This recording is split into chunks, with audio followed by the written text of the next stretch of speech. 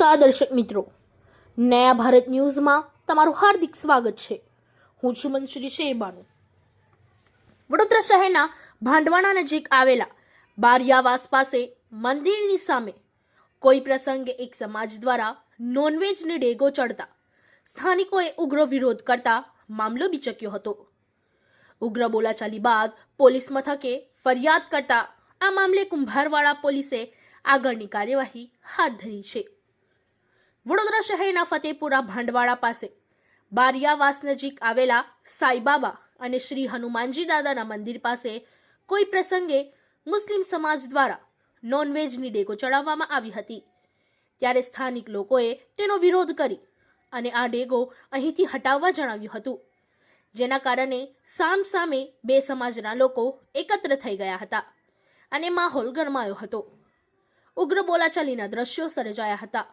સમગ્ર બનાવે માહોલ ગરમ થઈ જતા બનાવની જાણ થતાં જ પોલીસના ઉચ્ચ અધિકારીઓ સહિત પોલીસનો કાફલો ઘટના સ્થળે દોડી આવ્યો હતો અને સમગ્ર મામલે કુંભારવાડા પોલીસ મથકે ફરિયાદ આપતા પોલીસે આ મામલે આગળની કાર્યવાહી હાથ ધરી છે।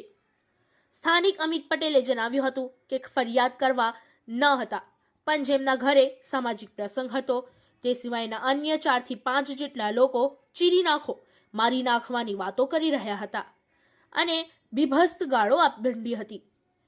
તેવામાં બીજું આખું ટોળું જ આવી ગયું હતું, જાણે મારી નાખવાના પ્લાનિંગથી જ ન આવ્યા હોય। એવી જ રીતે નાગરવાડામાં તપન પરમારની ઘટના બની તેવી જ પરિસ્થિતિ અહીંયા ઊભી થઈ ગઈ હતી। છેક છાતી સુધી અમે અડી ગયા હતા, જેથી કરીને કાલે પણ આવી ઘટના બની શકે છે, એટલે અમે પોલીસ મથકે અરજી આપી છે। અમે એમનો કોઈ પ્રસંગ નથી બગાડ્યો, તેમની ડેગ પણ એવી ને એવી જ રહેવા દીધી છે, તેમ અમિતભાઈ પટેલે જણાવ્યું હતું। જ્યારે રોશન જાવેદ અંસારીએ જણાવ્યું હતું કે ફતેપુરા ભાંડવાડા બારિયાવાસમાં અમે રહીએ છીએ, અમારા ઘરે પ્રસંગ હતો જેની માટે ડેગ લગાવી હતી।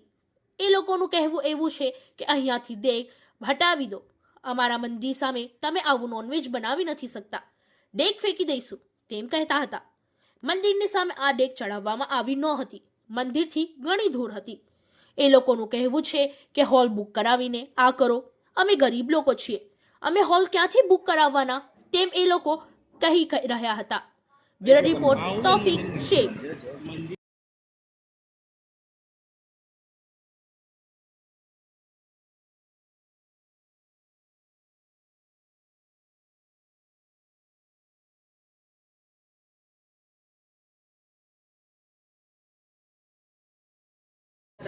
આપણો અહીંયા રોશન આપવાના ઘરે પ્રસંગ હતો। એ પ્રસંગમાં હું અત્યારે સવારે નીકળી ગયો સાઈડ પર, પછી મને છોકરાનો કોલ આવ્યો, આવી રીતે આપણા મંદિરની આગળ નોનવેજ બની રહ્યું છે। મેં કહ્યું ઓકે, નો ડાઉટ, હું આવું છું, તમે લોકો કોઈ કમ્પ્લેન ના કરશો, અત્યારે એમના ઘરે પ્રસંગ છે તો કોઈ કમ્પ્લેન નહીં કરો ને એમના ઘરનો પ્રસંગ ના બગડવો જોઈએ, એવી રીતે છોકરાઓને મેં બધું ના કીધું, કોઈ કમ્પ્લેન નથી કરી।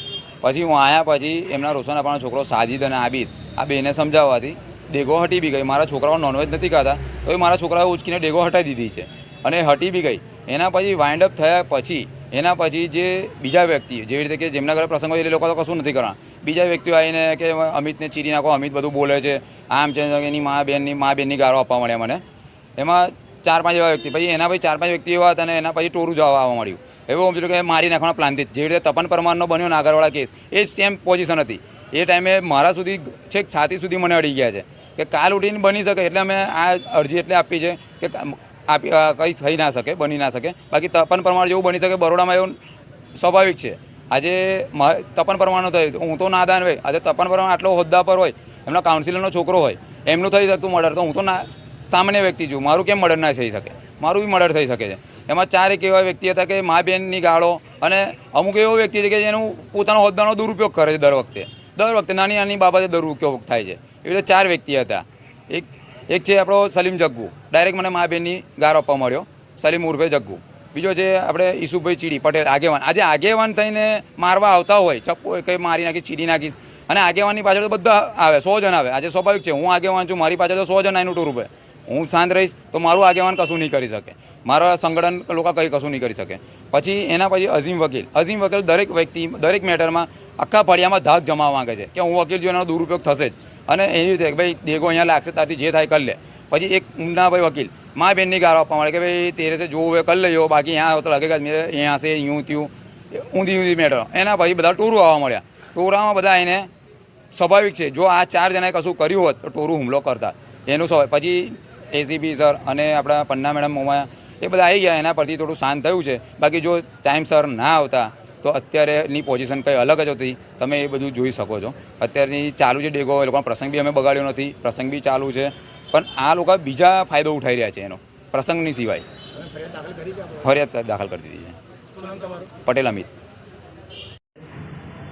જી સર શું બનાવ બન્યો છે અને કેવા પ્રકારની ફરિયાદ જે છે દાખલ કરવા જઈ રહ્યા છે? જી આજરોજ કુંભારવાડા પોલીસ સ્ટેશનના ભાંડવાડા મોહલ્લા વિસ્તારમાં કોઈ એક જ્ઞાતિના લગ્ન પ્રસંગ અનુસંધાને રસોઈ બનવાનું કામ ચાલુ હતું જે બિલકુલ મંદિરથી નજદીક હતું. આથી બીજી વિધર્મી લોકોએ ત્યાંથી આ જે રસોઈ બને છે નોનવેજ પ્રકારની તે ત્યાંથી હટાવવાની રિક્વેસ્ટ કરવામાં આવી. આ રિક્વેસ્ટ અનુસંધાને જે રસોઈના તપેલાઓ છે કે દેગડીઓ છે તેને હટાવવા બાબતે એકબીજા વચ્ચે બોલાચાલી થઈ, એકબીજા વચ્ચે શાબ્દિક યુદ્ધ થયું. આ શાબ્દિક યુદ્ધ અનુસંધાને મારામારી થતી અટકી ગઈ છે કારણ કે 100 નંબરમાં જાણ થતાં પોલીસ તરત જ બનાવ સ્થળે પહોંચેલી. પીઆઈ કુંભારવાડા, એસીપી, ડીસીપી બધાની હાજરી હતી. પોલીસ કાફલો પણ ત્યાં હાજર હતો. બંને પક્ષકારો પોલીસ સ્ટેશને હાજર છે. એકબીજા સામે પોતાની એફઆઈઆર આપવા માટેની મંત્રણાઓ કરી છે અને પોલીસ પોતપોતાની ફરિયાદ લેવા માટે તૈયાર છે. હાલ એક પક્ષની ફરિયાદ ચાલુ છે, તે પૂરી થયા પછી